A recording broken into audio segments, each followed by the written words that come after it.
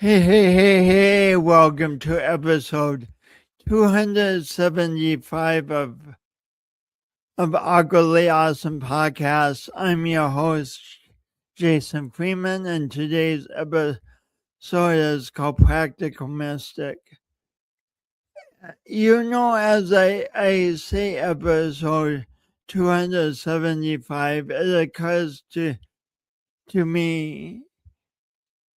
And I'm thinking of this also in relation to this particular guest who I'll bring on in a minute. It occurred to me how close I came to not following this path. How close I came to not having a podcast. How close I came to not being a professional speaker, because I think I always had this creativity within me, but I was ashamed of my voice, so I spent many years thinking I needed to do something else other than share my voice to be successful in the world. And if I had taken that path, it would have been a far different life, and I wouldn't have gotten a lot of. I wouldn't have been able to share a lot with the world. And if my guest today had taken a different path, it would have been a far different life for her, and she would have missed out on sharing so much goodness and joy with the world. Oh, I should mention I'm having her back for the third time because she's her joy is contagious. Her talent is amazing, and she's gone through challenging things and chosen to remain on a path of goodness and of offering so much to other people, and it's just phenomenal. So before I go on, this bump on my head that you see is because I opened my car door and I hit my head. So when your first take home nugget of the day, don't do that. It's not good. It's not fun. So don't do that. But now that we've had that bizarre public service announcement, let me bring on our guest today. But first, this.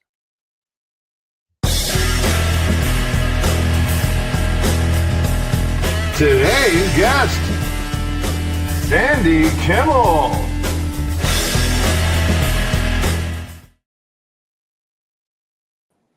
Hey, welcome, Sandi. Oh, thank you, Jason. And ouch. I'll always look for the other meaning. So did it knock sense into you? No, just. I maybe a little bit. I hope a little, at least. Well, I appreciated the public service announcement. So thank you. Hey, thank you. So yeah, thanks for being on the third time.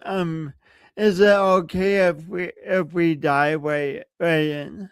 I'm ready. Awesome. I'm curious, when as a kid is the first time you remember loving singing? Aha. Oh, what I remember about being on your podcast the other two times is that you ask the best questions. So my love with singing goes all the way back to when I was a little girl, and I loved Broadway musicals.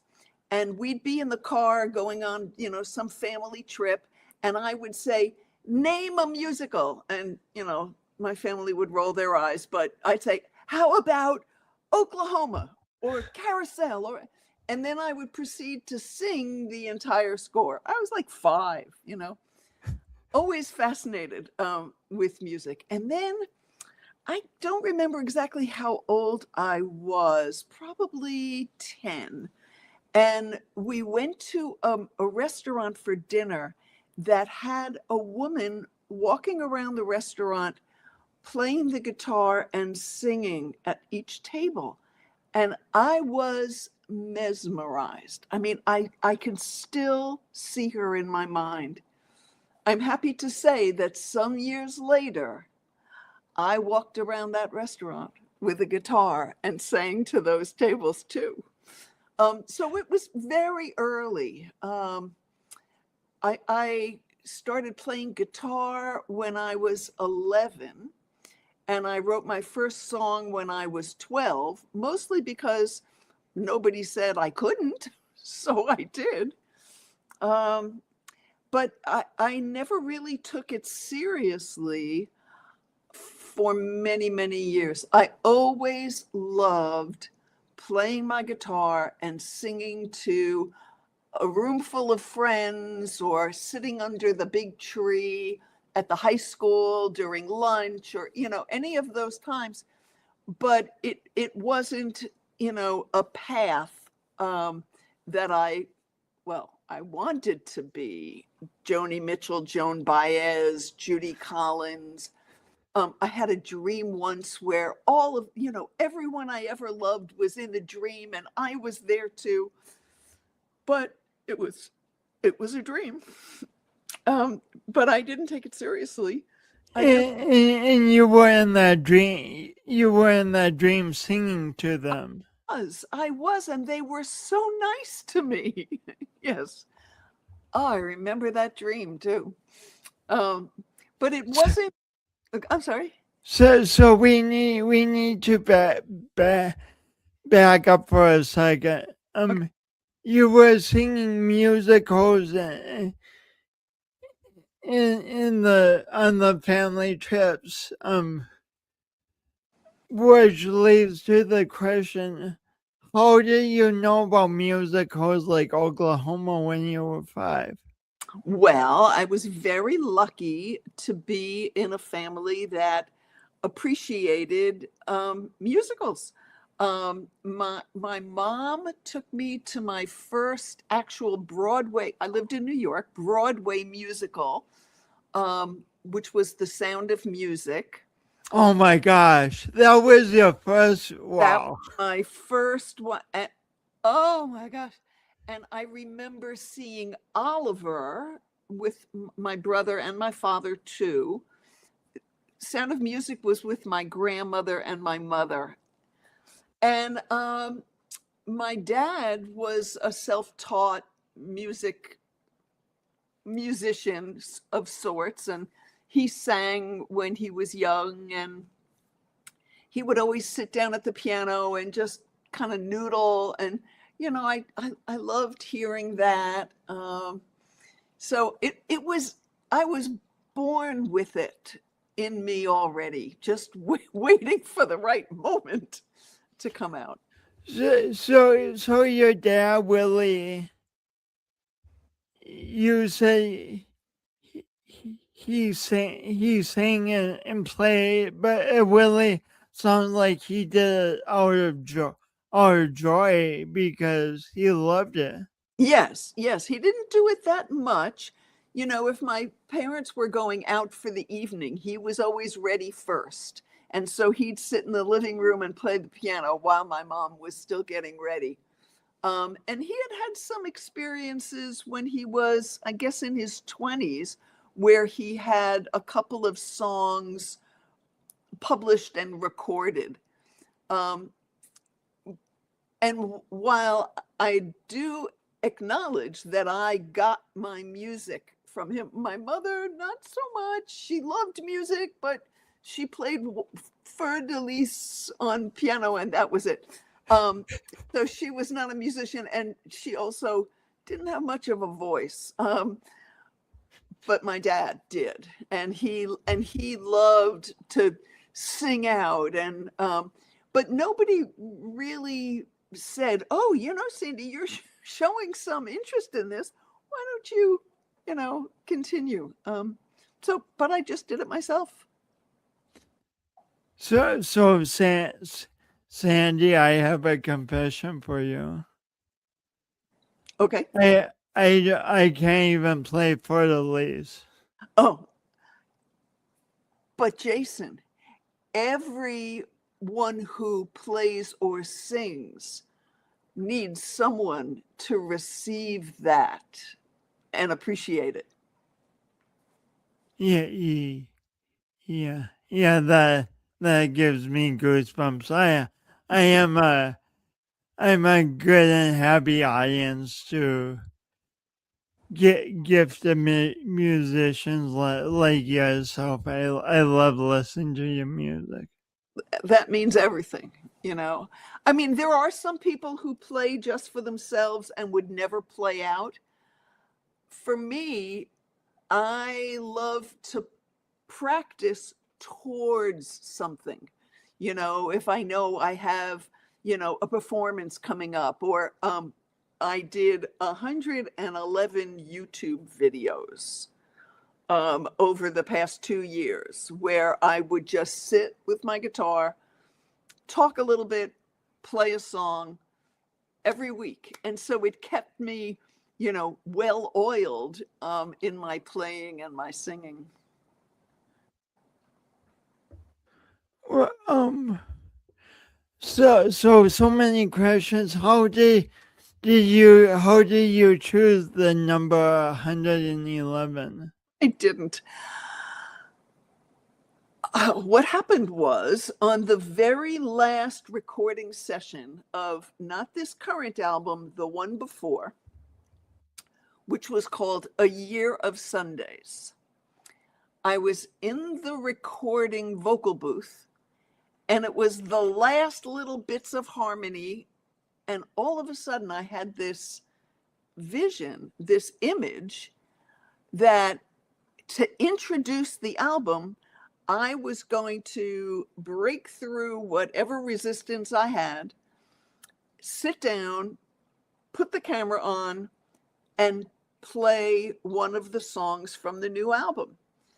And it was really fun. So I did I think there are 11 songs on the album, but I was like, you know what?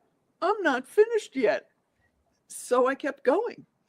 And I ended up singing, playing, and talking about every song that I had ever written or collaborated on, which turned out to be 111. So my entire catalog of music is on YouTube, on my channel, which is like, oh, that's so nice. That's so much fun.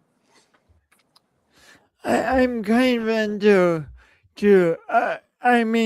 certain numbers just make me happy, and it's amazing at that point your catalog of songs was 111. Yep, I agree. I was like, wow. So when I went to my channel to look at it the other day, it said 112. And I was like, wait a minute, I didn't do 112.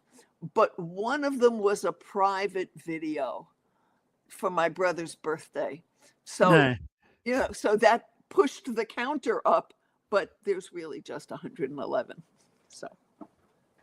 So far we've been talking about really the joy of music. You singing in the car as a little kid. You listening to your dad play the piano as your mom got ready to go out. You being in awe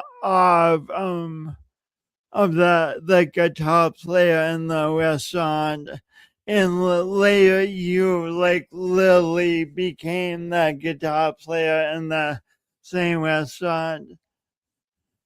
So often, we all find just joy in various things, but then there's other parts of life too, even for a kid. What what was the experience of teacher after teacher in grade school saying, "Wow, Sandy, you need to be interested in this subject. You need to know such and such about it, and you need to do assignments and get grades." What was that experience like for you? Even hearing about it makes me, sets my nervous system on fire.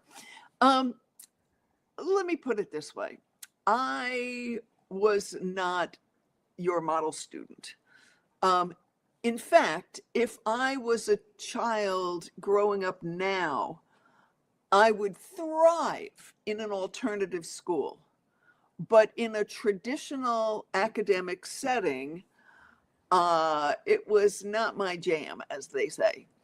And which was which was a shame because my family was very serious about academics. My brother has a PhD. My mom had a PhD. She passed away, and my dad was a chiropractor who never stopped learning. And nothing ignited me. In fact, I graduated high school in January, not because I was such a great student, but because they recognized that I was doing so much extracurricular, doing really interesting things. I really wasn't interested in what they had to offer. So I think I took one extra class. You okay? Hi. No, you're okay? Okay. Yeah. I took an extra class and graduated in January. And honestly, I never looked back. And if any of my high school friends are watching this, I love you all, but I wasn't so crazy about you then because we didn't know who we were yet. Anyway, when I say I left and I never went back, I did not go to my high school graduation and I didn't go to the prom. I had no connection, and I always felt guilty about it until I realized it's okay that that's not what turned me on. Eventually, I found my way to my calling, but in those days, I didn't know I was allowed to have one. Eventually, I found my way to my calling, but in those days, I didn't know I was allowed to have one. Right. Your story, Sandy, makes me immensely grateful for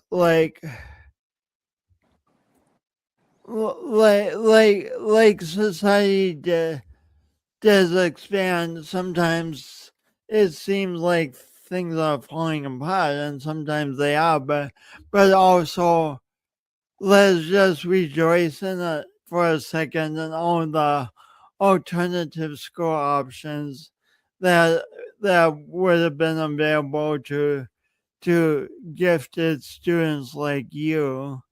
Thank If you. you were a student today, that's Thank you. really nice. Well, I want to share something that I don't think I've ever shared publicly before. But I was born with an eye condition called strabismus, which means one eye, my eyes didn't team together. my right eye turned in, and I went for eye training and blah, blah, blah. But from a different perspective, one could say that that eye that kept looking inward kept me from getting swallowed up by the external expectations, and it allowed me to stay connected to a quieter, gentler, more positive, loving voice. Well, Took a long time for me to unravel that, and to realize, oh, it kept me looking inward. Huh. So clever,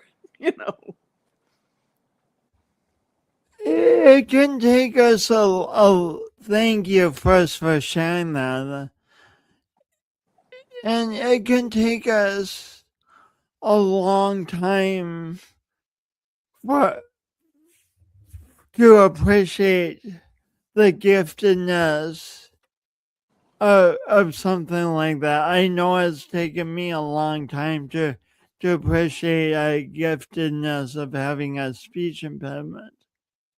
What helped you? Like, how did that dawn on you that, wow, this thing that has been an obstacle is actually a gift? I think the first awareness was I went to a holistic eye doctor when I was in my 30s, and I kept talking about my bad eye. And he said, no, it's not your bad eye.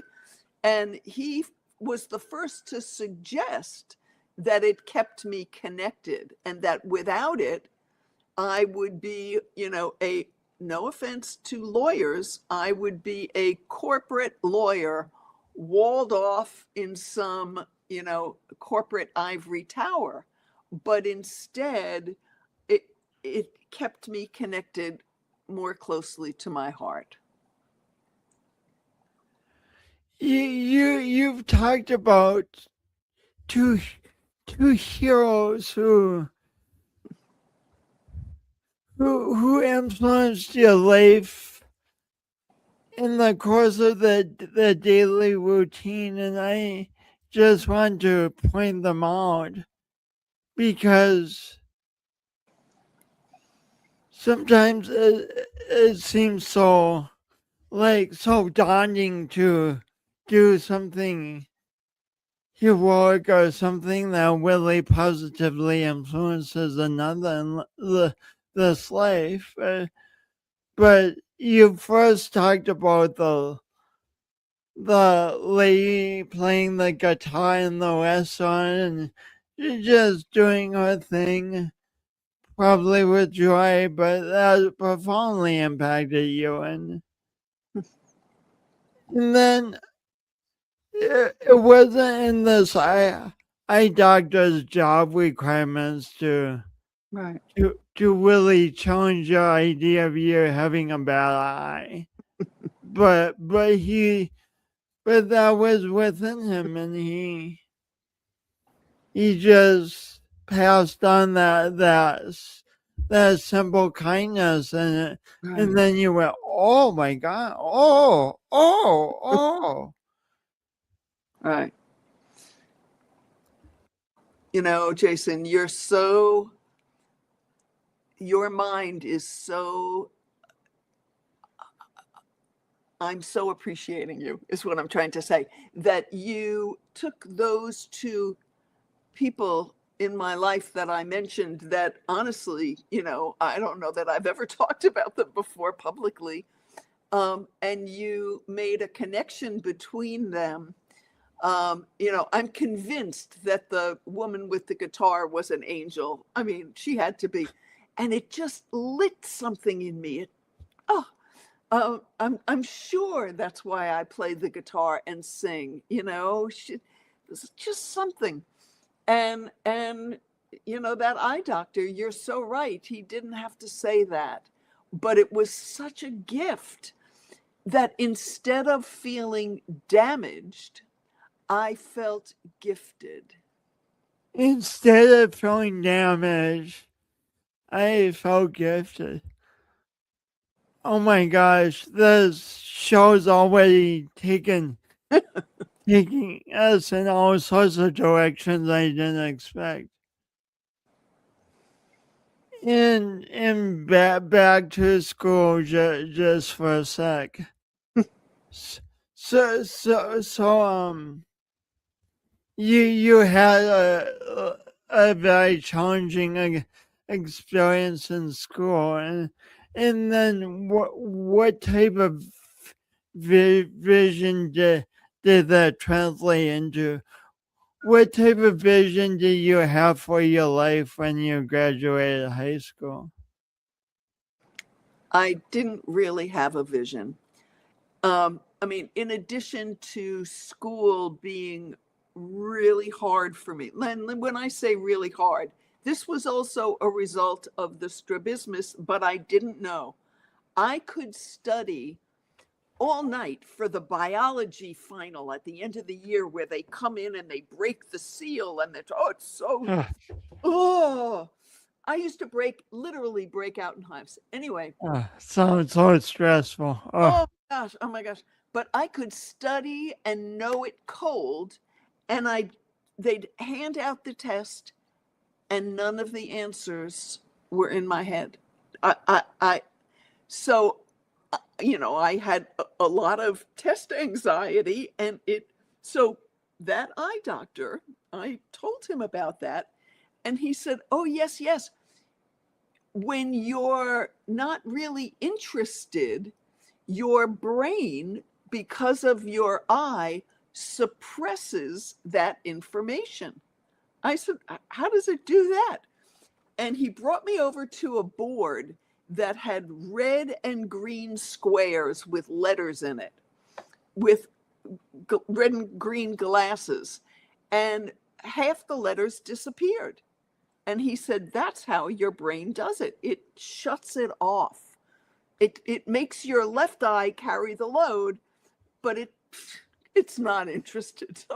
So anyway, so in addition to like not testing well, it was all I could do to get out of high school. And then I went to college. Well, actually, in between, I spent a semester, that January to June, in France as a student, which was like a palate cleanser, you know? Like, oh my God, thank you. And one of the things that happened is, because of my guitar, I was like an instant hit. And, you know, the French students would like gather around and ask me. I was like a human jukebox, you know, do you know? And I go, oh, yeah, yeah. I was in heaven. But I still, you know, music was just something I did. I really didn't put everything all together for years. So you had this wonderful experience in France with music too, and I mean, since we're on the subject, just please talk briefly about you were a camp counselor. How did music play into that? It had a very big role. First of all, from the time, I think I was 9 when I went to this camp for the first time, I was the lead or the second lead in every musical that they had, because I knew the musicals. You know. The first summer, it was between me and this other girl to play Dorothy in The Wizard of Oz. And, you know, she was like this perky little pigtailed, you know, and I wasn't. And so she got Dorothy and I got the Wicked Witch of the West, which I'll tell you, there are still children who remember me saying, and your little dog too. I mean, there are still people from remember my performance, you know. And the other thing is that I went to this camp and then I became a counselor. And of course, I became a music counselor. And I would have all the kids. I had rhythm instruments, and we would all sing together. And honestly, again, there are still campers. Of course, they're in their 50s and 60s now, but never mind, who still remember singing with me. So it was pure, unadulterated joy. But go ahead. I'm sorry. Life is, I mean, from the lady in the restaurant to camp to France, life is like I get the image of the person leading the plane and with whatever those wands are. Uh-huh. Oh, When you come to the airport, there's a person leading the plane in the night. So life is basically saying, Sandy, music, you love music. The people around you love you singing music, music, music. So what did you do as a career after college or well, as a job? that's a great image. I love that, you know. Um, well, I did try in New York City to make it as a singer-songwriter, doing the, you know, coffee house and open mics, and I had a few gigs. And I also had a job. I was a singing waitress at an Italian restaurant in Manhattan. I used to work from 8 at night till 4 in the morning. Oh my gosh, brutal hours. Oh my gosh. I used to say, I serve lasagna and sing the blues, which I did. But there was a persistent outer message and inner message that that wasn't enough, that I wasn't enough. I wasn't doing enough. I was, you know, frittering away my life, whatever the message is. And many of them were self-written, you know. So I took a job in public relations, and I didn't even really know what it was, but it sounded good. And I spent 15 years in in various corporate settings, learning public relations and marketing. And basically every day I would think, I hate my life. What am I doing? But you know, you're in a bind because you need the paycheck. And you know, what was I going to do? Just jump? Well, here's what happened. In my last job, they were having a huge reorganization. 250 people were going to lose their jobs, but I wasn't one of them. In fact, I was being promoted. I was like, ugh. And when there's nothing like when you want to lose your job, but you're promoted instead. Promoted, and not only that, the new boss shows up in my doorway and he hands me a beeper, and he said, and now I'll be able to reach you 24/7 in case I was like, oh my god. So this is actually a great story. So one morning I was driving to the dry cleaners, and I pulled into the parking spot, and it was as if the curtains of my brain opened, and I saw a scene where I was doing a cabaret show about being single. I had just suffered a terrible heartbreak. So and then I made up games, and people gathered around the piano, and the name Icebreakers, musical meeting parties for singles, popped into my head. And I was like, oh my God, I love that. Oh, I love that. I love that. How am I going to do that? And this is at the time of that reorg. And a friend helped me say the words that got me a severance package. Instead of saying I quit, I said, well, you know, this new path doesn't really fit with my career goals. I don't remember exactly what I said, but they gave me $16,000, and I thought, I don't need anything else. Well, So you said like 6 words, and you got $16,000. That's a good deal for saying 6 words. well, I mean, I had been there. It was, you know, I guess it was $4,000 for each year of employment or something like that. Anyway, Oh, but nice. I felt like, phew, and that's really when I said to myself, you know what? I did that. It didn't make me happy. I'm going to do something that makes me happy now.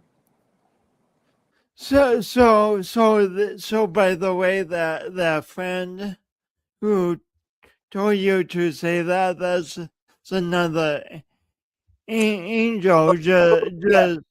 just kindness, sharing a small bit of wisdom. And Oh, yes. We are, not only are we still friends, but she was just here for a week last week. And, you know, I mean, we have logged many a mile together in our friendship. And I used to describe it. It's like stepping through a ring of fire to get to the other side. You don't want to get burned, you know, and you don't want to trip up, you know, but I did it. So what was that like? I mean, you suddenly had the money, but you still needed the courage. So how did you find the courage?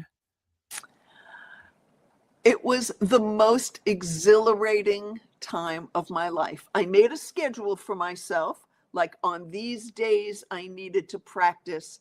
I need to write the script. I need to contact places where I might be able to do this thing. I need to create the games. And it was very clever. In fact, I wrote a business plan afterwards to open Icebreakers cafes all over. This was before the internet, all over the country, so that if people were traveling, they could go to an Icebreakers cafe, meet other people in a relaxed, easy, fun environment. It was a great idea.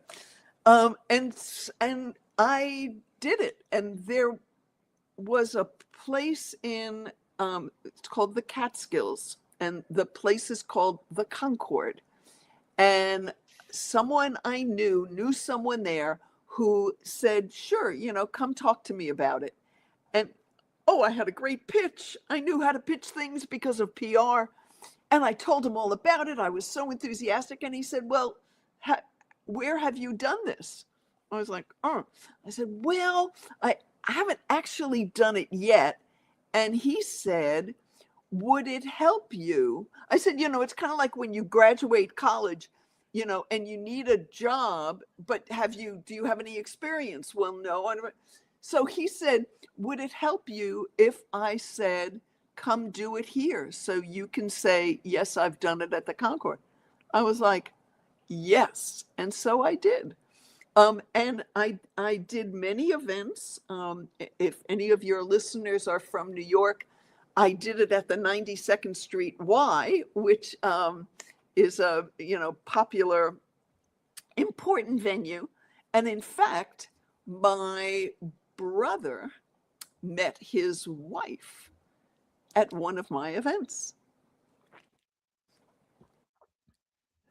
So, I almost spit that water out because this is so exciting. so you're at the dry cleaner. It's like the curtains open and you have this idea and then fast forward, you're doing it in a variety of places. And your brother, you create the space where your brother meets his wife. Well, he was helping with registration, and she was one of the participants. And you know what's funny, Jason? This is true. For the first time in all the times I had done it, I looked out into the audience and I said, I'd like someone to come up here and judge this next game with me. And I looked and I picked this woman, and she came there. What? She's standing next to me, right? And I had never done that before. And she was very nice, and that was that. Every time I did a mailing after that, I would come to her address label, and I wouldn't put it on the mailing. And I didn't know why, but it was like I would come to, and some weeks later, I met my brother for dinner, and I said, so, how are you? And he said, I'm great. I said, oh, really? What's going on? He said, I'm in love. I said, really? I said, who is it? And he said, you kind of know her. And in that moment, I saw in my mind's eye the address label with her name on it. That was so bizarre. And so, they remember that they met at my event. And so do I. So we're not following a linear progression right now, but I mean, this is a perfect lead into the album, the wonderful album you just released called Practical Mystic, and it seemed like you were being a practical mystic without knowing it, that brought your brother and his now wife together. Yep. Now I listen to intuitions. In those days, I just blindly did things. That was quite a moment, I have to say. But what? Go ahead. When you say you listen to intuitions, how would you describe intuitions? The best definition I ever heard is intuition is knowing something without knowing how or why you know it. And so I love that. Like some people, say it's a gut feeling or it's a whisper, go that way, or take this road or talk to that person. And, we are not taught to listen to the inner wisdom. We're only taught to listen to the mind's chatter, and they're different. And they may both sound like you, but they're, one is kind and soft, and the other can only try to protect you and keep you out of trouble. And that's what the mind is always trying to do, based on what already happened. So it's, we all take each step on our journey based on which part of us we're listening to. And when we don't listen to the wisdom voice, it's okay. Later on, it'll come back and it's a rerouting opportunity. It's not a mistake, but if it doesn't feel good, then it can't be the right thing. The word reroute, the term rerouting opportunity, I never heard that, but that's amazing. Well, it's helpful instead of beating oneself up, you know. So you have a first song on practical mystic that I want to ask you about,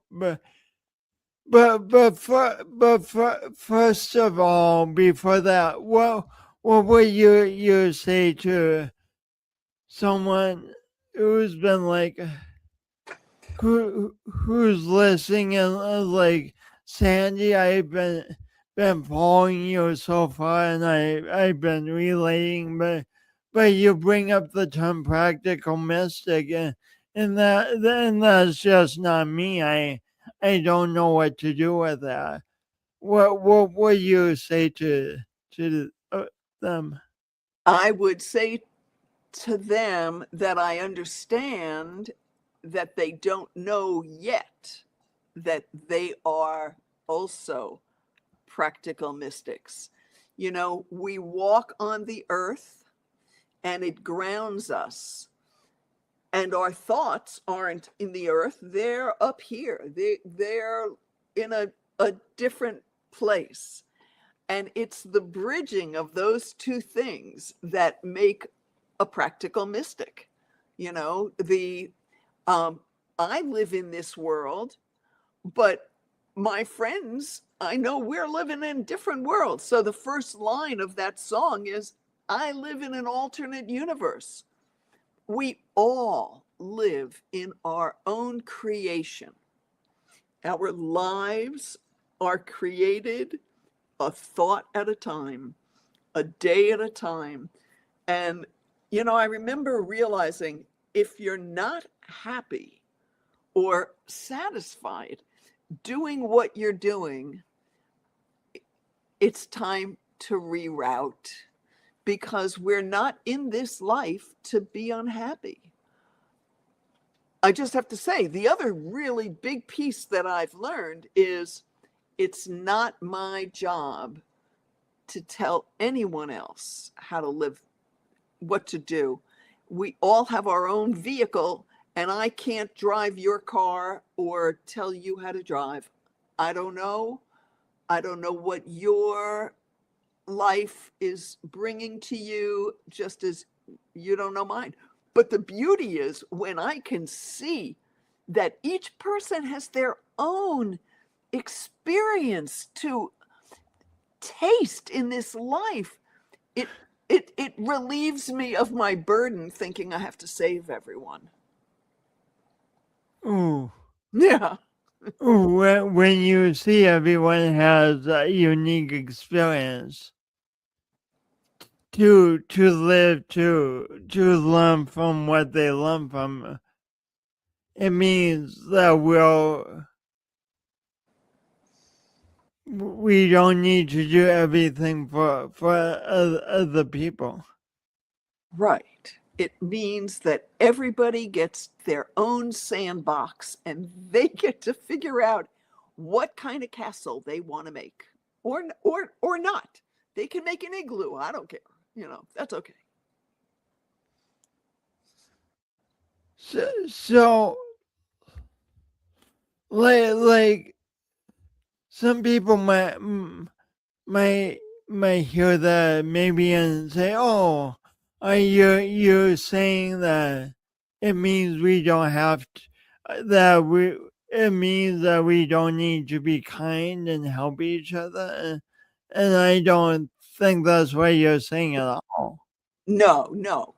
I think kindness is the most important attribute. Um, uh,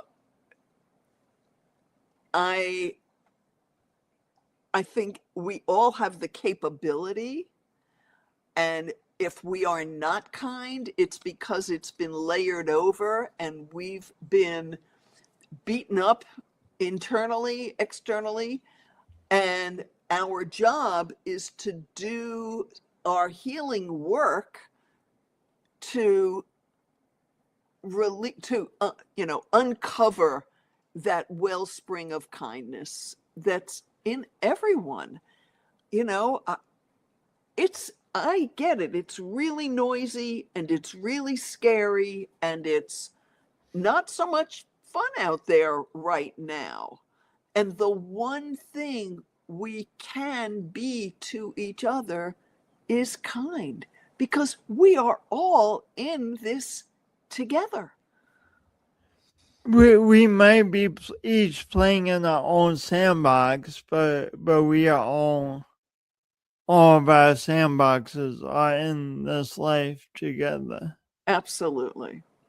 Absolutely. So speaking of I'm back to that first song on Practical Mystic is called Invitation, and will you please tell a little bit about how you created the song and the other songs? Yes. It's by listening. And sometimes words will make themselves known to me. I could be brushing my teeth or taking a walk, but when there's a message, I hear it. So that particular song, and I'll share the words, the words came out all at once, and it said, "May this voice be the echo of truth. May this breath carry light from the stars. May this song awaken what is ancient and whole. I do not sing alone. I sing with earth, with sky, and with soul. May all here remember who they are. May all who hear remember who they are." And I wrote, and I was like, what? What does that even mean? What? And then the melody, it was easy for me to just sing it.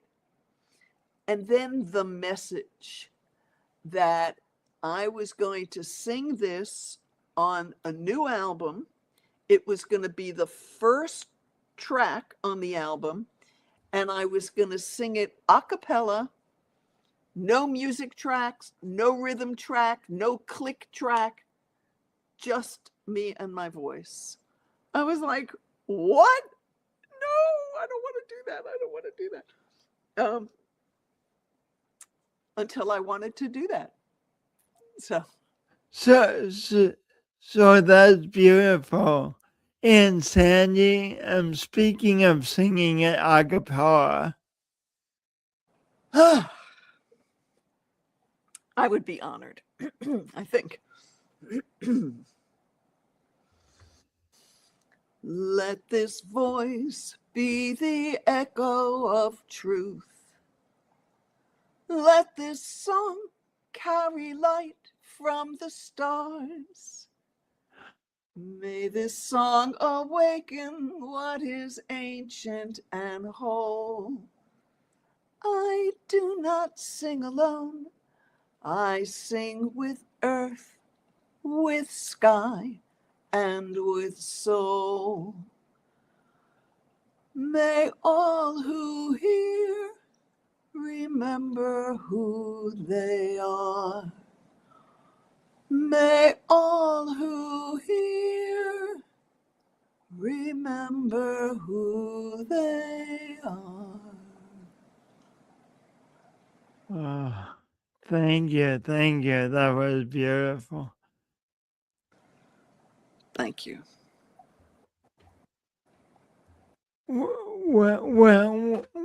When you sing, I really feel the vibration.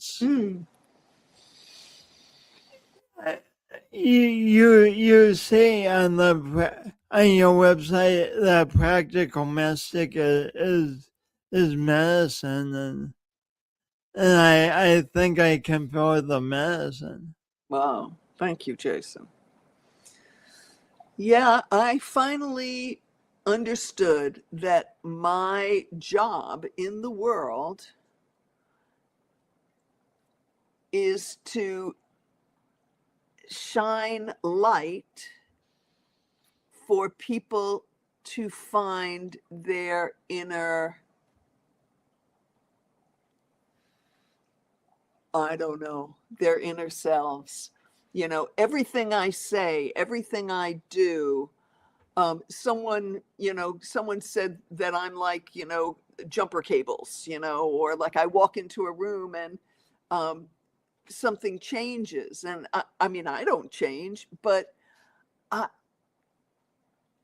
it's such a gift to be alive, to be able to see who's in there when you look at someone across a table, or to see who are they. I think it first requires that we look deeply at ourselves with, there's a mirror practice where you look deeply into your own eyes. And I remember it was kind of shocking because I realized whatever was looking back at me had been looking at me with eyes of love my whole life.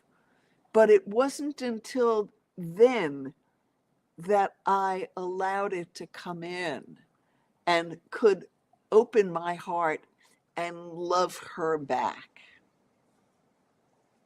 Well, it sounds really powerful. Give it a shot. I mean, I know you are a great example of being able to look deeply and say, no one can tell me I can't. I am that. I must share this. No one else does what you do, Jason. There could be 10,000 podcasts, but there's only one Jason Freeman who can guide his guests to express the deepest part of themselves right there on the air. Oh, thank you. So, thank you. It's inspiring. So tying this all together, what words of encouragement would you give us who are listening to you and who are starting to think of maybe a talent we buried or neglected because we thought it wasn't practical, and when we think of the talent, the joy starts to come up, but also the question, is this practical, is it okay, and then also the fear of actually sharing the gift. What would you say to us? I would say that if you have a gift that brings you joy, then it's worth sharing and it will be received. But let me back up a little bit. There's a woman named Angelise Arian, and I believe she is a cultural anthropologist. I think that's what she calls herself. And I heard her speak 30 years ago, and she said, if you don't know where your joy lives, answer these 4 questions. When did I stop singing? When did I stop dancing? When did I stop being comforted by stories, especially my own? And when did I stop loving silence? And if you go back to find who that inner child was that stopped the joy from coming up, you'll find it. You'll find it. Sorry. Sorry. See? That's your inner child calling. There you go. There you go. Well, they say, when a bell rings, it's an angel or something like that. Oh, I don't know. Anyway. So what happens when we go back to that place, when we answer those questions and go back to that place? That's where you find, did you ever watch little kids? They sing, they dance, they, tell me again, mommy, how was I born? When was it? And these days, for me, you alluded to it earlier in the introduction, that I've been through some stuff. And I had my husband passed away 5 years ago, and then 2 years after that, my mom passed away, and I was the primary caregiver for both of them. And I didn't know who I was. Like, who am I if I'm not caring for them? And I have to say that the most beneficial healing balm in my life was silence. So the phone rang again. Silence in a world that is relentlessly trying to get our attention and distract us away from silence. And it doesn't even have to be meditation silence, though that's a good way to kind of learn to settle when you start to see the gyrations of your mind from a different perspective, but I'm sure you've heard it before, we are not called human doings, we are called human beings. And just being is the most healing. If you have a pet the cat, walk the dog, notice things. I used to go on a walk every morning and I'd be in my head. I used to say, this is the busiest place, the busiest intersection is the half inch between my eyebrows. And then I would say to myself, wait a minute, I'm going to be home in half an hour and I will have missed this entire walk. Mm-hmm. So how about if you see if you can notice what changed from the day before on this walk, and it took me out of the loop and into the actual moment, which is, of course, where everything happens anyway. Oh my gosh, it's so inspiring to talk to you again. It brings me joy.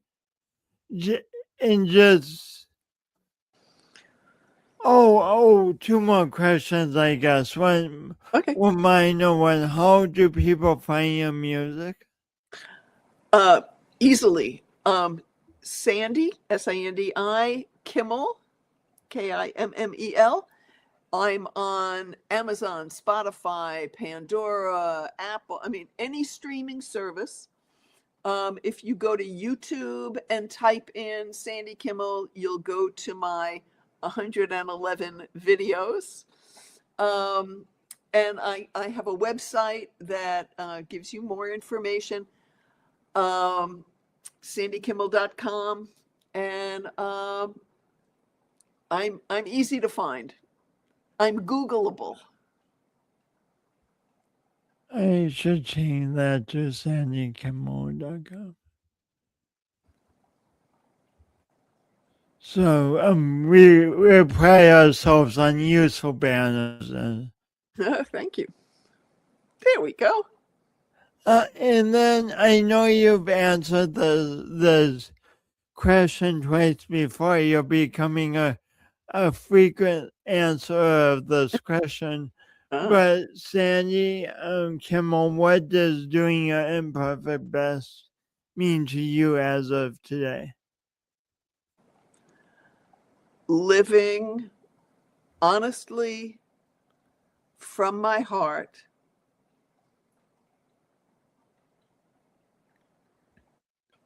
Ah, how do I want to say it? Um, being a beacon that shows other people that they are light too. Mm, mm, mm. Well, I don't, that job description is not in the classifieds and you can't find it online anywhere. I made it up myself. But we are all that, right? oh, yeah. Oh. Thank you so much, Sandy. It's a pleasure that we're friends, and it's just a delight to have you on the show. And please stay on the line as I wrap up the show. Okay. Oh, I get to say thank you too. Thank you so much, Jason. I love talking with you anytime. So thank you. You're welcome, and thank you all for tuning in. As Sandy said, most musicians thrive on having audiences. Podcasters thrive on having audiences. My hope is that this episode with Sandy and the other episode give you some of the inspiration. I hope you get inspiration countless places. Get inspiration wherever you find it. But I hope this podcast and Sandy's episode will give you some of the inspiration to move where you need and want to go in life, to move towards your dreams, to move towards your joy, to move where you want to move towards where you want to offer other people. So thanks for tuning in, and please tune in the future. And thanks for being you. And always smile when you can.